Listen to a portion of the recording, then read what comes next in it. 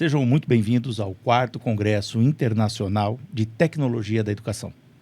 O meu nome é professor João Georgeton, sou professor de Direito aqui no Unisalesiano e agradeço a sua participação neste evento tão relevante na atualidade. O 4º Congresso Internacional de Tecnologia da Educação propõe reflexões necessárias e fundamentais para a educação verdadeiramente empoderada e para quem pretende estar em constante evolução. Eu agradeço agora a participação dos meus colegas, a doutora Ana Miller, aqui presente, professora também de Direito aqui no Unisalesiano, e o nosso palestrante, o doutor Ailton Barbosa, que vai tratar conosco sobre um tema extremamente relevante, a reforma tributária e a isonomia de gênero. 2 temas aí que juntam o direito típico, o direito tributário, com os direitos humanos, um tema tão caro aos direitos humanos. Eu agradeço muito a participação de cada um aqui e eu passo a palavra, então, ao nosso palestrante. Muito obrigado pela apresentação. Eu que agradeço o convite em falar de um tema que eu considero tão relevante. Então, agradeço ao professor João Georgeton, na pessoa de quem agradeço a instituição em si, o Unisalesiano, e a presença da professora Ana Miller, que veio aqui abrilhantar o nosso bate-papo, porque basicamente é isso que nós teremos aqui nesse momento. Quando nós falamos em reforma tributária e isonomia de gênero, eu me lembro que ao propor o tema, eu até tive uma certa preocupação, porque quem me falou desse tema foi a minha filha, né? Na pós-graduação dela, também seguiu o bom caminho, já fez direito, e ela fazendo pós-graduação estudou esse tema e comentou comigo, eu estava estudando em casa, e aí quando veio o convite para falar aqui no 4º Congresso, eu falei, bom, vou falar sobre isso. E ela me disse, não, você não tem local de fala. Então, eu já quero começar dizendo exatamente isso, que eu basicamente não tenho local de fala para falar sobre esse tema, mas eu acho o tema tão interessante que o que mais me instiga a falar sobre ele é fazer com que mulheres passem a se aprofundar ainda mais no tema e toquem nesse assunto de maneira bem mais profunda e com certeza com muito mais local de fala do que eu mesmo falando. Mas começando a tocar no assunto, o que nós temos é a Constituição Federal estabelece o princípio da igualdade, né? A gente olha o artigo 5º caput da Constituição, né? Todos são iguais perante a lei, sem distinção de qualquer natureza. E esta igualdade, ela é basicamente uma igualdade que tem que ser a igualdade material. A gente abandonou aquela ideia de isonomia formal que a gente tinha na sociedade grega, que era uma isonomia formal entre homens brancos, detentores de terra e com estudos. A partir do momento que você amplia o contexto social, você começa a ter que inserir pessoas que em si são diferentes. E aí começa a nascer a chamada isonomia material, a igualdade material, a igualdade de fato, que vai ganhar seus lustros com a Revolução Francesa e a partir depois da Revolução Industrial. E quando se fala em isonomia material, fala-se na isonomia dos diversos, na isonomia dos diferentes. E é interessante que quando a gente examina o princípio da igualdade material e da isonomia material, ao examinar a igualdade ou isonomia tributária, lá no artigo 145 e seguintes, a gente verifica que ele é apenas um desdobramento da isonomia maior, que é aquela contida no artigo 5º. Né? Nós não podemos falar em isonomia tributária se a gente não fala em isonomia em sentido material. E não dá para falar simplesmente em isonomia material e não aplicar isso para a área tributária. Nesse contexto, vem a reforma tributária, que há 30, 40 anos já está sendo discutida e nunca implementada. Mas quando se fala em reforma tributária, pouco se falou na presença, na aplicação nos princípios da reforma tributária dos participantes da sociedade que são contramajoritários, né? Nas chamadas minorias. E ao falar de minoria, que fique claro, a gente não está falando de uma minoria quantitativa, mas de uma minoria qualitativa. Mulheres são maioria na sociedade brasileira, negros são maioria na sociedade brasileira, mas são minorias no sentido qualitativo. é só verificar a nossa representatividade no Congresso Nacional, que basicamente 80% são homens, brancos, cis, e que absolutamente não tem essa preocupação com essas minorias qualitativas, mesmo que sejam maiorias quantitativas. Quando se trata, então, dessa reforma tributária, uma parcela de estudiosos, e aqui eu sempre cito a professora Tatiane Piscinelli, da Fundação Getúlio Vargas, que é uma das grandes pensadoras em reforma tributária e isonomia de gênero, que começa a buscar, começa a idealizar questões para a reforma tributária. E ela parte do pressuposto de que a gente vive numa sociedade que é absolutamente injusta, numa sociedade que é absolutamente machista, uma sociedade em que muitas vezes a mulher é o chefe da família, ela é em si o bastião da casa, e esta mesma mulher acaba tendo inúmeras consequências na sua vida pessoal relacionadas à área tributária, mas que, por incrível que pareça, homens brancos não identificam ou não dão o menor valor em relação a isso. Então, inúmeros grupos foram formados na Câmara, no Senado, grupos de estudo também na academia sobre as questões de gênero e a reforma tributária, e esse tema começou a transparecer com um pouco mais de clareza, com um pouco mais de preocupação. Agora, é interessante observar que, se a gente for verificar o que realmente importa para uma sociedade um pouco mais plural e justa, não se refere apenas à questão do gênero da mulher, né?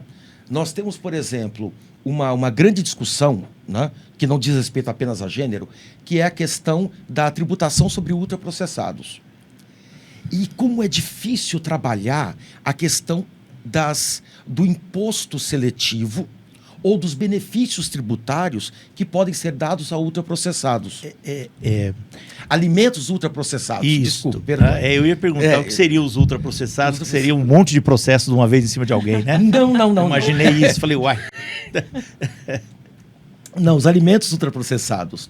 Porque uma grande discussão que houve no Congresso nos últimos meses é uma dicotomia entre você reduzir a carga tributária de ultraprocessados, porque eles são mais baratos para a população de baixa renda, porém, eles causam 1000 malefícios à saúde, o que vai impactar a saúde pública no futuro.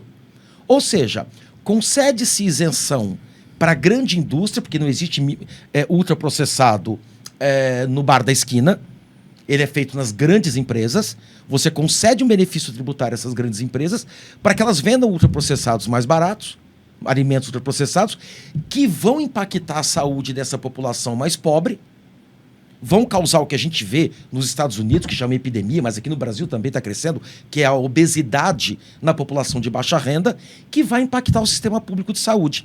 Nesse ponto, a gente vê como a reforma tributária ela pode ser peculiar e sempre tem dois lados na mesma questão.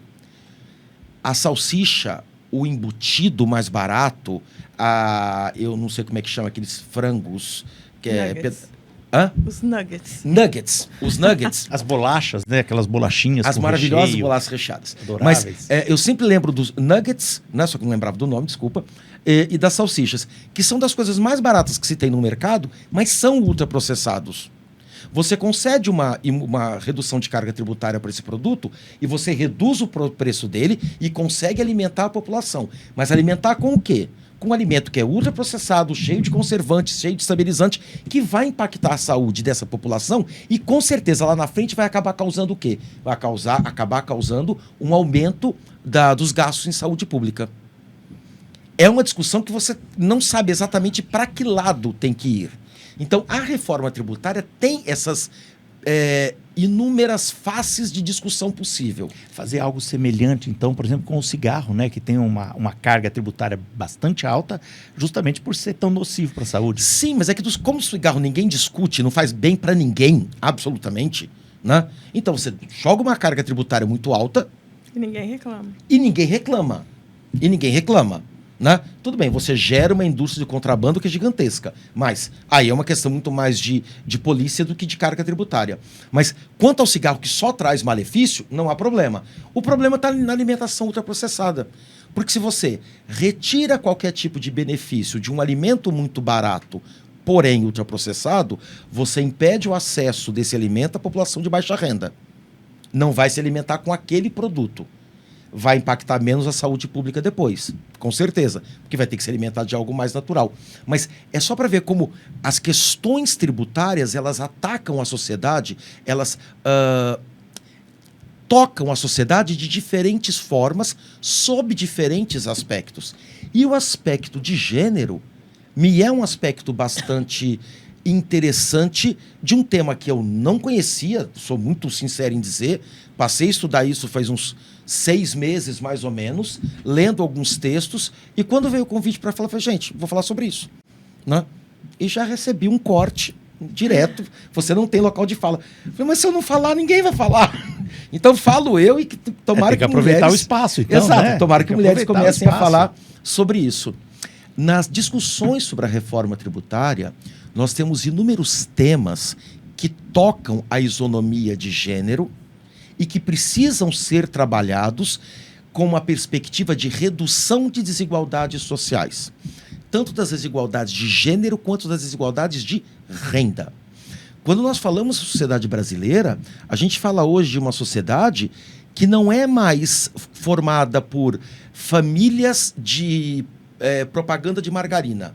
Aquela coisa perfeita do papai, da mamãe, dos filhos, tomando o seu café da manhã numa cozinha ensolarada. Não. Na maioria das vezes a gente está falando de famílias que são chefiadas apenas por mulheres, mulheres pretas, mulheres trabalhadoras, mulheres de baixa renda, que convivem com 1000 problemas e que precisam ser observadas, precisam ser pensadas na ótica da reforma tributária.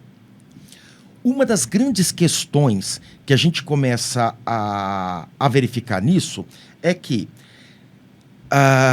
um dos pontos que é um dos mais lembrados, que é a questão da higiene íntima feminina, né? O uso de absorventes. Eu me lembro, não faz 5 anos, isso não era problema. Isso simplesmente não era um problema, era um não problema. Até que alguns grupos feministas começaram a se juntar e a fazer coro para que houvesse políticas públicas de doação de absorventes para mulheres de população de rua. O primeiro enfoque não foi a população pobre, foi a população de rua, as mulheres em situação de rua. Isso, num primeiro momento, eu me lembro até do antigo governo, nossa, mas você vai ter o Vale Mods, que coisa grotesca, que maneira grotesca de falar. Mas é verdade, era sim o tal do Vale Mods, porque é necessário para essa população de rua. Só quem menstrua é que sabe o que é menstruar. E no caso dessa população, seria até uma questão de dignidade da pessoa humana. Sim, é dignidade da pessoa humana, é o mínimo que se pode oferecer. Esse tema depois ganhou uma amplitude maior, em que você hoje tem programas de saúde pública em que essas mulheres conseguem esses absorventes. Mas isso hoje, até hoje, não consegue atingir toda a população feminina. Então, é absolutamente imprescindível que hoje, por exemplo, a nossa legislação tributária, ela tem uma redução de 60% da carga tributária sobre produtos destinados à higiene íntima da mulher. Mas a ideia é simplesmente isentar esses produtos de tributação. Por quê? Porque é um produto de primeiríssima necessidade. Isso faz parte da dignidade da pessoa humana, da mulher, né? Não da mulher, mas das pessoas que menstruam, né? Que é para não esqueçamos, mulheres cis, homens trans, pessoas que menstruam têm necessidade de ter acesso a esse produto. E quanto mais barato ele for, menos essa população vai depender do governo para comprar. Então, é uma das questões que a reforma tributária tem que oferecer e tem que se preocupar para a concessão da dignidade da pessoa humana. Um outro grande tema que é relacionado a isso, mas que diz muito mais com a nossa sociedade do que com os produtos em si. Na nossa sociedade, o chamado trabalho de cuidado, É um termo que eu vi em vários textos, sempre tratado dessa forma. É o chamado trabalho de cuidado. O trabalho de cuidado é o trabalho de cuidado de crianças menores, é o trabalho de cuidado de idosos. Quem é que realiza esse trabalho? A mulher. Você não vê um homem cuidando de um pai idoso. Você vê uma mulher cuidando de um pai idoso. Normalmente é a filha que fica com esse trabalho. É a mãe que cuida dos seus filhos, não é o pai. Então, existe uma discussão, mas nessa eu nem quero ingressar, porque depois eu fui verificar, isso é um mar gigante, né? De produtos relacionados ao trabalho de cuidado que poderiam ter uma redução de carga tributária, porque eles normalmente são realizados por mulheres e, quando são realizados pessoalmente, são realizados por mulheres pobres. Porque a mulher de classe média alta, a mulher que tem condições, ela paga para que alguém faça isso. Essa não precisa de redução de carga tributária. Mas esta é 3% da população do Brasil. O resto é a mulher pobre, que tem que trabalhar e que tem que cuidar do filho no início da vida e tem que cuidar dos pais no final da vida. Então há uma discussão, que aí sim ela é gigantesca, quanto à redução de carga tributária para produtos relacionados ao trabalho de cuidado. E aí a gente fala em fralda geriátrica, fralda para a infância, produtos para a primeira infância, produtos para a geriatria, que poderiam ser objeto de uma redução de carga tributária, porque normalmente eles são comprados pela filha desses idosos ou pela mãe dessas crianças. Então há também esse é um outro caminho de discussão para que a reforma tributária pudesse trabalhar, né? Quando a gente fala nesse aspecto de atuar em relação às mulheres, nós temos a figura do chamado pink money, né? O chamado dinheiro cor-de-rosa. Por que pink money? Porque quase tudo que se destina à mulher, ele é mais caro do que os produtos que são destinados a homens. Eu nunca tinha visto essa realidade, mas fui constatar e é a absoluta verdade. Total. Se você pega um aparelho de barbear, uma lâmina de barbear, né? Chega a custar o dobro, simplesmente porque muda a cor. Ela é uma lâmina de barbear, mas para o homem ela custa um preço, para a mulher ela custa 2. Isso eu não sabia também. Exato, eu também não sabia, não tinha local de fala, fui atrás e fui verificar, e é verdade, né? Mas isso, a reforma tributária, exatamente na sua regulamentação, já está buscando acabar, né? Retirar toda e qualquer aplicação de pink money para a reforma tributária. Então, se for uma lâmina de barbear, não importa a cor que ela tenha, ela tem que custar o mesmo preço. Uhum. Porque ela vai estar categorizada da mesma forma. Essa categorização da indústria, ela se reflete nos anexos de legislação tributária e vai determinar uma incidência igualitária, o que já vai reduzir a carga, a despesa que uma mulher teria em relação a isto. Isso poderia se estender a outros produtos? A Gillette eu entendo, até porque é uma necessidade, mas eu digo... E cremes, shampoos, essas coisas, porque as mulheres realmente usam isso em uma quantidade grande, pelo menos as que podem, né? Sim, entendeu? as que podem. As que podem, exatamente. E shampoo, um condicionador, essas coisas, são caras, eu acredito, né? Sim, são. Mas aí tem um problema. Quando você fala em dignidade da pessoa humana, isso foi uma discussão que eu vi até em alguns grupos de mulheres trabalhando sobre esse tema, é necessário que primeiro você garanta o básico. Na hora que toda e qualquer pessoa que menstrua nesse país tiver acesso igualitário a absorvente, a uma lâmina de barbear do mesmo preço das outras, a um método contraceptivo, a partir daí você pode criar novos quinhões de igualdade.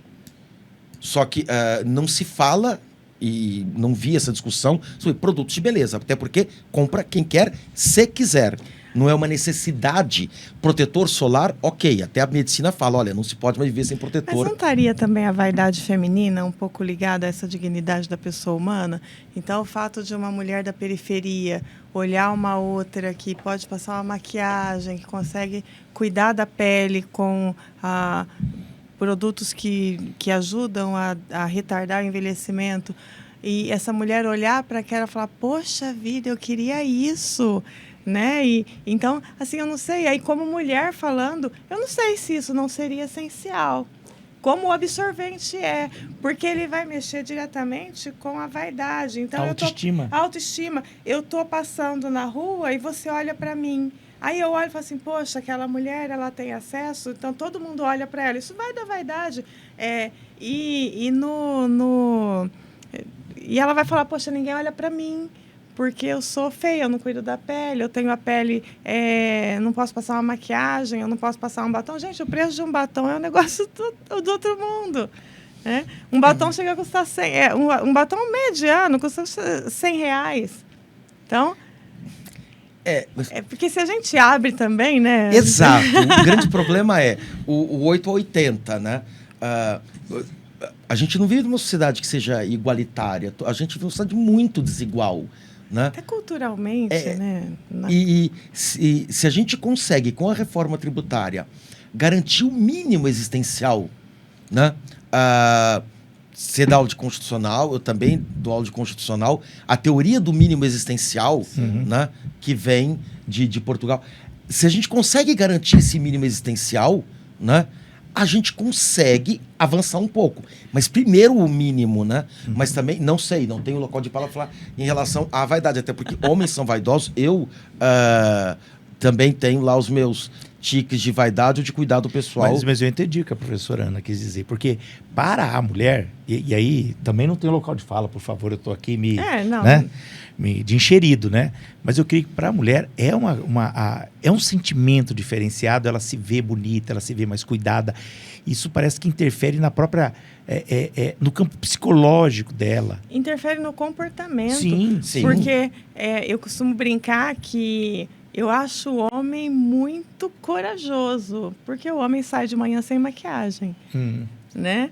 Então, eu acho assim, não sairia de manhã sem maquiagem, aparece a mancha na pele, o lápis no olho que você não passou, o cabelo que você não arrumou. O homem simplesmente toma banho e vai, né? Então, não se arrumar de manhã mexe muito com a autoestima feminina, e falando como mulher. Então, garantindo-se o básico, o mínimo essencial. Então, a gente, como você disse, professora, a gente pode avançar um pouco mais, porque você vai numa vertente dessa mulher que não tem acesso a nada, é a nada mesmo. Sim. E aí...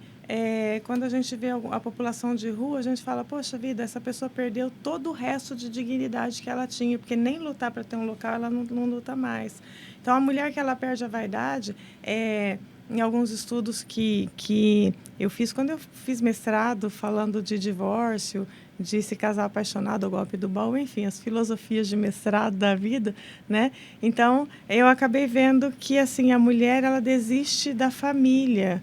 As crises de ciúme são maiores, porque ela não se arruma. Então, eu me acho feia, e aí você vai para a rua trabalhar, atrasa 15 minutos, a sua vida vira um inferno dentro de casa, porque a minha autoestima faz com que isso aconteça. Então, o universo feminino, ele é um universo bastante complexo para ser entendido, para a gente dizer do mínimo essencial, né? Eu acho que, para mim, a maquiagem é um mínimo essencial. Não é? Tudo bem, pode até ser fútil, pode falar assim, que futilidade. Não, ao contrário. Né? Mas... é o universo feminino, realmente. Como você diz, o homem sai, ele mal é mal penteia o cabelo. Para ele tá tudo ótimo, né? A mulher não, a mulher é diferente. A gente tem que entender essa necessidade da mulher. Mas aí tá o problema. Para a dignidade dela, né? Não sei se é possível chegar ao ponto de você determinar, vamos isentar de tributação determinados produtos na área de maquiagem, de cuidados pessoais e tal, que não sejam aquele mínimo necessário. Porque a nossa sociedade não vai suportar. Não, eu não falo nem de isenção. Financeiramente. Mas, de repente, eu não sei realmente, não é minha área tributária, eu não sei qual é a carga tributária sobre um batom. Altíssima. Né? Mas, altíssima. De repente, você reduz essa carga tributária, porque aquilo que você perde na redução, você aumenta no consumo. Então, eu acho que, de repente, pode haver um equilíbrio. Pode haver um estudo, né? de redução de carga tributária para aumentar o consumo e manter o mesmo E nível. manter Mas o mesmo é que a nível. sociedade A gente precisa não tem do essa dinheiro, dos garantia. impostos para Sim, viver. não tem jeito. Não tem como. Né? Mas quando eu falo em mínimo, eu lembro até do ponto que eu vou tratar agora, que é a atuação da reforma, na reforma tributária na área da medicação hormonal. E é interessante observar, quando a gente fala em medicação hormonal, a gente fala em redesignação de gênero e também em menopausa. Fala-se muito pouco em andropausa, né? Sim. Mas basicamente em menopausa e redesignação de gênero. Em relação à menopausa, ela efetivamente atinge todas as mulheres a partir de uma determinada idade, isso é absolutamente natural e faz parte da vida, né? Então, se você reduz, você vai ter uma maior isonomia de gênero, né? E, nesse caso, mínimo existencial, porque é uma questão de saúde pública. Exatamente. Quando se fala em reposição hormonal, a coisa piora muitas vezes. Porque quando se fala em reposição hormonal, em redução ou isenção de carga tributária para a área de reposição hormonal, você está falando basicamente para mulheres trans, homens trans, mulheres intersexo, travestis. Você está falando de uma população em que, muito provavelmente, 80% dela ou vive ou já viveu na prostituição. Sim. Você está falando de uma população que perde total e completamente a sua dignidade porque precisa sobreviver na nossa sociedade. O Brasil é o país que mais mata população LGBT do mundo. A idade média de uma mulher trans, ela não atinge 40 anos de idade no Brasil. Elas são mortas antes disso. A maioria trabalha na prostituição e muitas vezes trabalham para garantir a sua reposição hormonal, para garantir a colocação de prótese ou qualquer coisa do que o valha. Essa população é extremamente marginalizada, ela tem um custo que é ínfimo para a sociedade. Reduzir a carga tributária de reposição hormonal vai trazer um custo ínfimo para a sociedade e vai trazer dignidade para a pessoa humana de uma parcela da nossa sociedade que é absolutamente privada de qualquer dignidade. Uma parcela da população que não tem acesso, que mal sabe o que é dignidade, que quase não se sente uma pessoa humana, porque normalmente é simplesmente um pedaço de carne no mercado do sexo. Então, atuar nessa área de reposição hormonal, na redução ou isenção total e completa de tributação na reposição hormonal, me parece ser imprescindível para garantir dignidade da pessoa humana para essa população, que essa sim é absolutamente marginalizada, né? Então, quando eu vejo as preocupações de uma mulher trans que precisa se prostituir para comprar hormônios ou qualquer tipo de prótese, e penso na maquiagem, né? Eu vejo, bom, vamos tentar garantir o mínimo para essa, porque realmente ela é que mais precisa, e para essa população que é absolutamente colocada ao lado, ao largo de todo e qualquer benefício social. Até porque nós estamos falando de medicamento. Sim. São remédios, são medicamentos. E caríssimos, quer dizer, né? A reposição hormonal São é algo remédios. bastante Sim, caro. É algo muito caro e que muitas vezes é porque a nossa sociedade tem o preconceito de dizer, não, porque aquela pessoa, ela quis a alteração de gênero. Não, né? Tudo quanto é estudo diz, isso é extremamente problemático para a mulher, né? Ou para o homem trans ou para a mulher trans, mas é muito problemático. Ninguém deseja isso na sua vida. A pessoa se encara com essa realidade. Nós temos muito pior do que isso, são as chamadas mulheres intersexo. E essas sim, elas têm um problema enorme, porque não é nem que ela quis, ou que ela desejou, ou que ela buscou, ou que tem nada a ver com sexo. Não é uma questão de orientação sexual, é uma questão que é física. Ela nasceu mulher intersexo. E, portanto, ela precisa de medicação de reposição hormonal para o que ela decidir ser. Mas é necessário. Então, a reforma tributária tem que atuar também para a redução dessas desigualdades, para dar a essa população, que é a mais marginalizada de todas, algum tipo de dignidade da pessoa humana, né? E isso só para falar de tributação sobre consumo. Nossa, A gente sim. até agora só falou de consumo. E não falamos, acho que metade do que a gente poderia falar sobre tributação de consumo. A gente tem mais um calhamaço de coisas para falar da segunda parte da reforma, que é a renda. Né? E a partir do momento que você começa a falar em tributação de renda, você pode ter um problema muito maior e você pode ter soluções que aí me parecem até mais pontuais em tributação de renda para redução de desigualdade de gênero. Mas aí você está falando do imposto de renda? De Seria? toda e qualquer tributação de renda. Então a gente fala de IR, IRPF, IRPJ, vai falar de ITBI, vai falar de TCMD, vai falar de PVA. O transmissão causa-mortes. O causa-mortes, o transmissão de bens imóveis, vai também falar de PVA. Ainda bem que nós finalmente conseguimos uma legislação, né, que vai determinar a incidência de PVA sobre aeronaves e embarcações. Porque era uma das coisas que me revoltava. Eu me lembro quando eu comecei... É porque são considerados imóveis, né? Eram. Pois é. Ainda bem eram. Quando eu comecei a trabalhar, eu trabalhei em Brasília há muitos anos, né? E quando eu vi aquela tese, eu falei, não, a gente vai ganhar. E a gente perdeu. Que era IPVA de barcos. Meu Deus, como assim? O Celta 2008 paga IPVA? A lancha de R$1 milhão não paga. O avião não paga. Né? Mas... isso é uma desigualdade terrível, né? Exato, e é só agora. Mas o interessante, essa desigualdade, ela só foi atacada no bojo de uma reforma tributária em que, e a gente volta para o padrão, parlamentares, brancos, homens, cis, ricos. Não havia grande espaço para isso. Eles aprovaram essa tributação assim, meio que a contragosto. A contragosto. Vou ter que pagar imposto sobre o meu avião e sobre o meu barco. Quase senador, que dá uma resposta só para dar uma resposta para a sociedade. Só para dar uma resposta para a sociedade.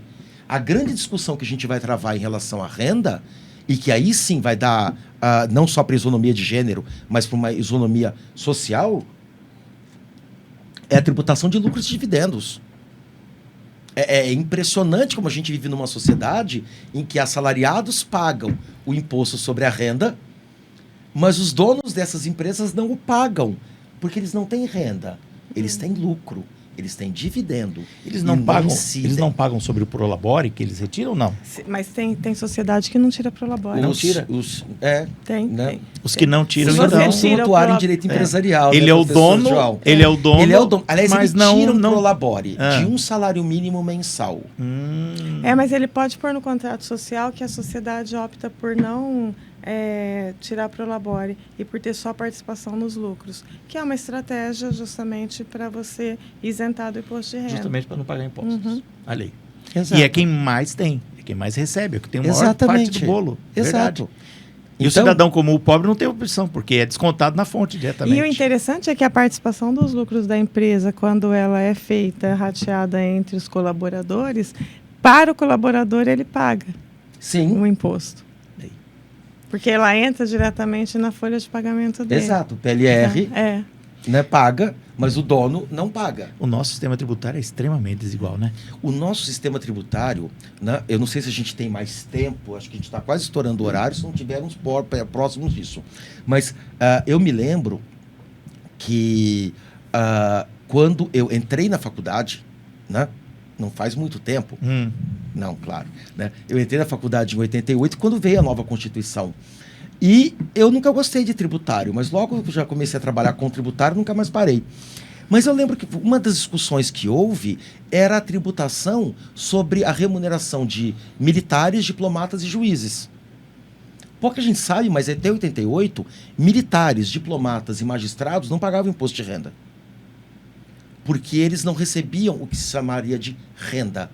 Era uma retribuição do Estado ao serviço que era prestado por eles. Eles não pagavam imposto de renda. Houve uma enorme grita, na época da Constituinte, instituir o imposto de renda sobre a remuneração deles. uma coisa interessante. A Constituição é promulgada em outubro de 88, suas normas tributárias passariam a vigir a partir de 1º de janeiro de 89.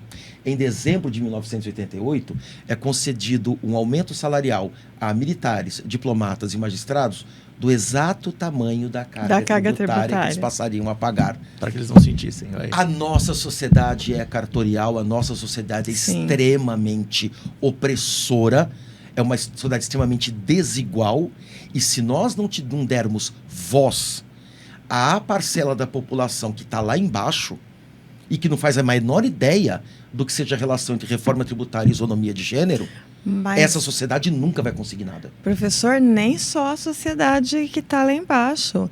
A análise que você trouxe é fantástica. E a gente olha e fala assim, nossa, por que eu nunca pensei nisso? Né? A análise que você trouxe, embora você fale, eu não tenho voz para isso, né? Eu acredito muito que é na academia que a gente ganha voz e faz com que a coisa cresça para que um dia isso vire legislação. E a análise que você fez você pegou 2 temas muito árduos, que nós 3 estamos em sala de aula, sabemos que os alunos não gostam, que é direito tributário e direitos humanos, né? Aí você vai, aula de direitos humanos, o aluno, não, direitos humanos. E você juntou os dois numa análise fantástica. Numa análise que qualquer pessoa olha e fica encantado, fala, poxa, que gostoso estudar isso, que coisa maravilhosa que é você pensar na tributação nesse aspecto de igualdade. Como o mundo jurídico se reflete na vida prática da pessoa. E conforme o doutor Ayrton falou, infelizmente, as camadas mais pobres pagam uma quantidade de imposto imensa sem nem perceber, porque está tudo embutido em tudo que ele adquire, em tudo que ele utiliza. E ele não tem essa percepção da quantidade de tributos que incidem ali. E como que uma reforma poderia alterar o seu padrão de vida, né? Sobre coisas cotidianas, práticas da vida. Eu sempre falo em sala também. A gente tem uma impressão que direito constitucional, direito administrativo, direito tributário é algo distante, algo teórico. Não, é a nossa vida diária, é o seu dia a dia. É quando você sai de casa, entra numa farmácia, vai para a escola. O direito está envolto em tudo isso. E as mulheres não sabem como elas são impactadas pela tributação. Eu me lembro de um exemplo que eu acabei não falando. Um preservativo paga 9% de imposto. Um absorvente paga 30%. E aí, mas se a gente fizesse uma tabelinha, coisas masculinas e coisas femininas, assim, é assustadora a diferença. Assustador. Então, você pega, por exemplo, uma lingerie. Uma lingerie masculina custa R$19. Uma lingerie feminina, para ser muito econômico, é R$70. Então, assim, gente, uma lingerie não tem nem tecido. Né? E aí você vai, uma camisa feminina e uma camisa masculina, se a gente pegar do mesmo tecido, a feminina é pelo menos 50% mais caro. E isso se agrava com o fato da mulher ganhar 30% menos do que o homem. Exato. 30% menos do que o homem, não ter representatividade, porque essa é uma grande realidade. Se as mulheres tivessem maior representatividade no legislativo, principalmente, com certeza essas questões já teriam chegado ao Congresso Nacional e teriam sido discutidas com mais propriedade. O grande problema é que as mulheres são minoria no Congresso Nacional, são minoria praticamente em todos os os pontos de decisão, os órgãos de decisão público. E, portanto, por isso que eu sempre considero importante falar de isonomia de gênero, mesmo que sem local de fala, mas com certeza, mais da metade dos alunos do Unisalesiano são mulheres. Bem mais que isso. Né? Porque é o padrão. Só que na hora que você vai entrar no mercado de trabalho, as mulheres já não são maioria na maioria das profissões, na grande parte das profissões. Se você vai para a gestão, vai diminuindo cada vez mais o número de mulheres. Resultado, elas têm maior capacidade intelectual porque estudaram mais, elas têm mais preparo intelectual para exercer a profissão, elas acabam sendo minoria no mercado de trabalho, porque tem que cuidar de filho, cuidar de pai, cuidar de parentes. Elas vão sendo cada vez mais minoria nos ambientes de gestão da empresa. E é claro, isso se reflete também na política. Acabam sendo minoria no comando da sociedade. Nos E aí, locais de decisão. Né? Nos locais de decisão. E aí, infelizmente, os movimentos feministas, eles vão por uma vertente que, na maioria das vezes, a gente não concorda, né? Eu tenho direito de mostrar o corpo. Tá bom, tem sim, mas tem coisa muito mais relevante para o movimento feminista brigar. Né? Esse é um desses, essa reforma tributária. Então, assim, mas eu tô existem encantada. movimentos femininos, né? Na área de tributação. Eu moro em São Paulo, então tudo lá é gigantesco. Mas existem congressos basicamente apenas e tão somente femininos na área de tributação para discutir problemas de mulheres. Então mas existe. Ainda é tão pequeno, né? É que a gente não conhece tudo que é o feminismo. Né? O que nos aparece muito é o que a mídia nos traz, né? Da mulher que quer mostrar o corpo. Mostra, o corpo é teu, o problema é teu, tá? Né? Mas também da mulher que está discutindo redução de carga tributária em anticoncepcional. Sim. Ou que é em produtos relevantíssimo. de reposição hormonal. Também existem essas mulheres. E também alguns homens, né? Que podem tocar nesse assunto mesmo sem ter um local de porque fala. é uma pena, assim. Quem é mulher, a gente sente algumas coisas na pele, né? E no próprio judiciário, que todo mundo deveria ser muito bem esclarecido e deveria estar discutindo isso no aspecto legal, a gente acaba encontrando preconceito dentro de onde não deveria ter. Exatamente. Imagina quando você leva isso para mexer no bolso da Fazenda Pública, que é a redução da carga tributária. Né? Realmente. É um tema grandioso, extremamente complexo. Infelizmente, o nosso tempo é um pouco curto aqui. O ideal seria a gente poder ficar mais tempo, porque eu acho que a gente ia entrar por várias vertentes. Isso dá uma aí. pós. Dá. Né? Isso dá para falar pós. muito sobre isso. Muito, muito, muito. A gente consegue escrever um livro, se for ver, né? Algumas Dá para falar páginas. muita coisa. Eu sei, realmente, mas o tempo, infelizmente, o tempo é muito curto. Mas eu acredito que essa palestra foi muito interessante. Ela vai agregar muito a todos que vão participar, a todos que vão assistir. Abre a mente para vários pontos que muitas vezes nos passam assim, sem uma preocupação maior. E isso fica claro para todos, e principalmente para os nossos alunos, como é que o direito e a análise, a discussão do direito consegue se refletir no dia a dia das pessoas, né? Efetivamente. Não é algo teórico, porque na faculdade a gente tem muito essa ideia, né? É uma pena que não tenhamos mais tempo, como eu disse. Mas, de qualquer forma, eu acho que foi uma excelente palestra, eu acho que agregou bastante. Nós trouxemos um tema assaz interessante. Eu acho que isso aqui abre um ponto aí para talvez nos encontrarmos num novo momento para dar continuidade a isso, tá? Eu agradeço muito a participação da professora, doutora Ana Miller. Agradeço muito ao professor doutor Ailton Barbosa por essa participação. Em nome do Salesiano, fico muito grato, tá? Espero tê-lo novamente aqui junto com a gente em outras oportunidades, ok? Professor, quero agradecer também a sua presença, agradecer o meu colega João, que estamos aí todos os dias aqui juntos no Salesiano, e eu tenho certeza que o assunto que você trouxe vai enriquecer muito o nosso quarto City, então muito obrigada, e eu acredito justamente são nessas reflexões, são essas reflexões que tem que vir para dentro do banco da faculdade para que a gente possa mudar o mundo.